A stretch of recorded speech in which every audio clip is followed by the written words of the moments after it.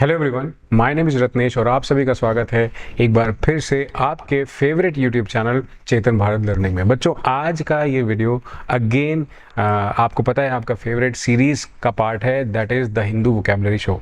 बच्चों, इस सीरीज़ का बेनिफिट हमेशा, जैसा कि मैं बोलता रहता हूँ, अब मैं क्यों बार बार एम्फेसाइज करता हूँ, उसका बेसिक रीज़न है कि आपको पता है and I want other people also to know about this particular series. ये सीरीज़ बहुत ज़्यादा हेल्पफुल है उन सभी बच्चों के लिए जो सिर्फ वोकैब ही नहीं ढूंढ रहे हैं, बल्कि वो ढूंढ रहे हैं इंग्लिश के बेसिक्स को स्ट्रॉन्ग करना। और इंग्लिश का बेसिक स्ट्रॉन्ग कहाँ से शुरू होता है? वो होता है बच्चों रीडिंग एंड अंडरस्टैंडिंग से। मैं हमेशा एक चीज़ पर एम्फेसाइज करता हूँ कि reading and understanding is the most important thing I would say. कि अगर आप इंग्लिश सीखना चाहते हैं, इंग्लिश में अपने आप को अच्छा बनाना चाहते हैं, तो ऐसे नहीं है कि आप गए और कोई रूल पढ़ने लग गए, कुछ गए आपने कुछ रटना शुरू कर दिया। That won't actually let you fetch marks. और आई वोंट से कि सब कुछ ऐसा आराम से आपका हो जाएगा, है ना, मतलब कुछ भी करके रूल्स करके। But I am suggesting you कि हम बेसिक्स पे अगर फोकस करें, अपने अपने फाउंडेशन को स्ट्रॉन्ग करने की कोशिश करें, तो शायद हम अच्छा कर सकते हैं। और इस वीडियो में हमेशा सीरीज़ में हमेशा ये बोलता भी हूँ और मिलता भी है आपको ऐसा देखने को। तो यहाँ पर हम खाली वोकैब नहीं कवर करते, हम एडिटोरियल का पार्ट भी कवर करते हैं, जिसमें हम इंग्लिश सीखते हैं। हम जनरल नॉलेज हमें मिल जाती है, दैट इज़ सेकेंडरी। प्राइमरी चीज़ है हम अंग्रेज़ी समझने की कोशिश करते हैं, ट्रांसलेशन समझते हैं, अंडरस्टैंड करते हैं, साथ में वर्ड मीनिंग करते हैं। Personal attacks and hate speech push relevant and meaningful information to the margins। जो पर्सनल अटैक्स होते हैं और हेट स्पीच होती है, ये सेंटेंस कह रहा है कि personal attacks and hate speech push, ये क्या चीज़ को आगे बढ़ाते हैं, क्या पुश करते हैं? Relevant and meaningful information to the margins. ऐसी चीज़ों को मार्जिन पर ले जाते हैं, एकदम कॉर्नर पर। More importantly, they mask the refusal to understand both one's own limitation and those of the opponent। उससे ज़्यादा important है कि they mask the refusal to understand। मतलब आप जब किसी चीज़ को समझने से मना कर रहे हो ना, उस चीज़ को ये प्रिजर्व कर, उस चीज़ को ये बचाते हैं, एक तरह से उनके लिए मुखौटे का काम करते हैं, चाहे वो अपने पार्ट पर लिमिटेशन हो या दूसरे के पार्ट पर हो। उसके बाद कह रहा है they create distance between sections of the society. इससे दूरियां बढ़ती हैं। Conclusions are drawn about another's persons value and character based on their views. उससे उसका पर्सनल कैरेक्टर भी स्केच बनता है, जो वो बात रखी जाती है। Without understanding how they came to hold those views, बिना ये जाने कि उसने व्यूज कैसे बनाए। ये बहुत बड़ी चीज़ है जो कि पब्लिक डिस्कोर्स के में आती है ना, कंसेंसस कह लो या कुछ भी, आगे हम पढ़ेंगे। कह रहा है similarly there is a failure to acknowledge that each of us speaks only from partial knowledge. हम सारे अपनी पार्शियल नॉलेज, आधी जानकारी से कई बारी चीज़ें बोलते हैं, और ये चीज़ पाई जाती है 97% से अधिक। आधी जानकारी से हम जब कोई बात बोलते हैं और हम कॉन्फिडेंट होकर बोलते हैं। इंपॉर्टेंट इज दैट पूरी जानकारी होना बड़ा मुश्किल होता है, अधूरी जानकारी ही लोगों के लिए खतरनाक और वही सबसे ज़्यादा हावी है। Overcoming these tendencies requires the virtue of humility and care. ये जो क्वालिटी है वर्च्यू ऑफ ह्यूमिलिटी, ये याद रखना, ये ज़िंदगी में सिर्फ तैयारी कर रहे उन परीक्षार्थियों के लिए ही नहीं, सभी के लिए है जो अपने अंदर एक सद्भावना लाना चाहते हैं। किसके प्रति? ज्ञान तथा त्याग के प्रति।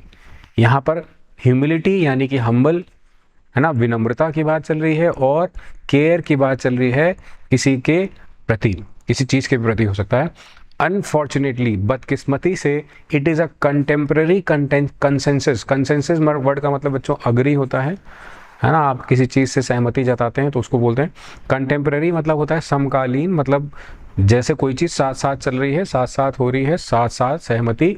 कह रहा है दैट द कल्टिवेशन और discussion of such character, cultivation और discussion of such character traits can be, traits का मतलब आदत होता है, ट्रेट्स का मतलब बेसिक आदत होता है। Can only happen in the personal sphere. Personal sphere का मतलब यहाँ पे बच्चों है कि हमारे रीच में, हमारे इर्द गिर्द जो चीज़ हो रही है ना। तो ये कह रहा है unfortunately it's a contemporary consensus that the cultivation और discussion of such character traits can only happen in personal sphere, they are not matters for government और पब्लिक डिस्कोर्स। वो सरकारी नियति नहीं बन सकती, या पब्लिक डिस्कोर्स का मैटर नहीं बन सकता कि इसमें सारी जनता असहमत हो गई है ऐसी बात सुन करके तुमसे, तुम्हारे कैरेक्टर का स्केच बना करके। ऐसा नहीं है कि सरकार उसमें इन्वॉल्व होगी, वो बातचीत की बात है। आगे कह रहे हैं यहाँ पर, आगे Charles Taylor and the great critic of secular age states, वो कहते हैं the need to train character has receded even further into the background. Recede मतलब वापस जाना। as though the morality of mutual respect were embedded in the idea of individual self fulfillment itself। ये कह रहा है दो द मोरल, एक जो मॉरल चीज मतलब हमारी नैतिकता का सेंस देते हुए, दो the morality of mutual respect were embedded in the idea of individual self fulfilment itself. जो म्यूचुअल सेल्फ रिस्पेक्ट होती है कि तुम मेरी इज्जत करो, मैं तुम्हारी इज्जत कर रहा हूँ, वो चीज़ हमारे अंदर ही जड़ी हुई है, अंदर ही एम्बेडेड है। एम्बेडेड वर्ड का मतलब है कि उसी में गड़ी है, जड़ी है, या कह लो जैसे भी जुड़ी है। ये सारे वर्ड एक सारे हैं, एक जैसे ही आ गए। वी कह रहा we owe much of our idea of modern constitutional government to the French nobleman and philosopher Baron de Montesquieu.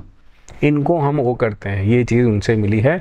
Beyond the procedures of and the institution necessary for the separation of powers in a democracy for which he was famous, Montesquieu was primarily concerned about the education necessary for citizen to preserve democratic ideals. He wanted the whole power of education to be used to cultivate a constant preference of public to private interest। अब आगे यहाँ पर बात चल रही है sentence में कि the separation of powers in a democracy for which he was famous, जिसके लिए जाना चाहता था, primarily concern about the education necessary for the citizen to preserve, उसको बचा के रखें डेमोक्रेटिक वैल्यू, जो प्रजातंत्र की जो वैल्यूज होती हैं वो उसको बचा कर। He wanted the whole power of education to be used, उसका जो ताकत है शिक्षा की, उसका प्रयोग हो कल्टिवेट करने के लिए कॉन्स्टेंट प्रेफरेंस, एक निरंतर आप कह सकते हैं प्रेफरेंस वर्ड का मतलब होता है आपकी जैसे किसी चीज़ को लेकर पसंद है ना, चॉइस।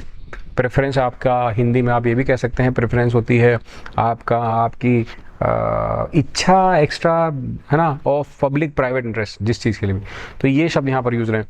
आगे कह रहा था स्पिरिट ऑफ रिनंसिएशन मतलब होता है बच्चों त्याग से संबंधित। रिनंसिएशन बेसिकली एब्निगेशन से होता है। एब्निगेशन वर्ड का मतलब होता है जब आप सेल्फ सेक्रीफाइस करते हैं, सेल्फ आप जाकर सरेंडर करते हैं, एब्निगेट करते हैं। Montesquieu wanted citizens to have is related to the virtues of humility and care which are absent in today's political discourse. Due to the subsequent course of political philosophy, especially in Anglo-American thought, Dr. B.R. Ambedkar could only express apprehension. उनको केवल भय था किस बात का? However, a good constitution may be, कितना भी अच्छा constitution क्यों ना हो जाए, it is sure to turn out bad because those who are called to work it happen to be a bad lot. ये बी आर अम्बेडकर जी जिनको सभी जानते हैं, बाबा जी, इन्होंने जो कहा एक ही बात का भय है। वो भय ये है कि हालांकि कॉन्स्टिट्यूशन कितना भी अच्छे के लिए बनाया जाए, ये पक्की बात है कि टर्न आउट बैड, क्योंकि वो बैड हो सकता है, क्योंकि those who are called to work it, जिनको कहा जाता है कि इस पे आपको काम करना है, इसको आपको लागू करना है, इसको आपको काम इससे ही काम लेना है, happen to be a bad lot, वो ही ज़्यादा ख़राब होते हैं।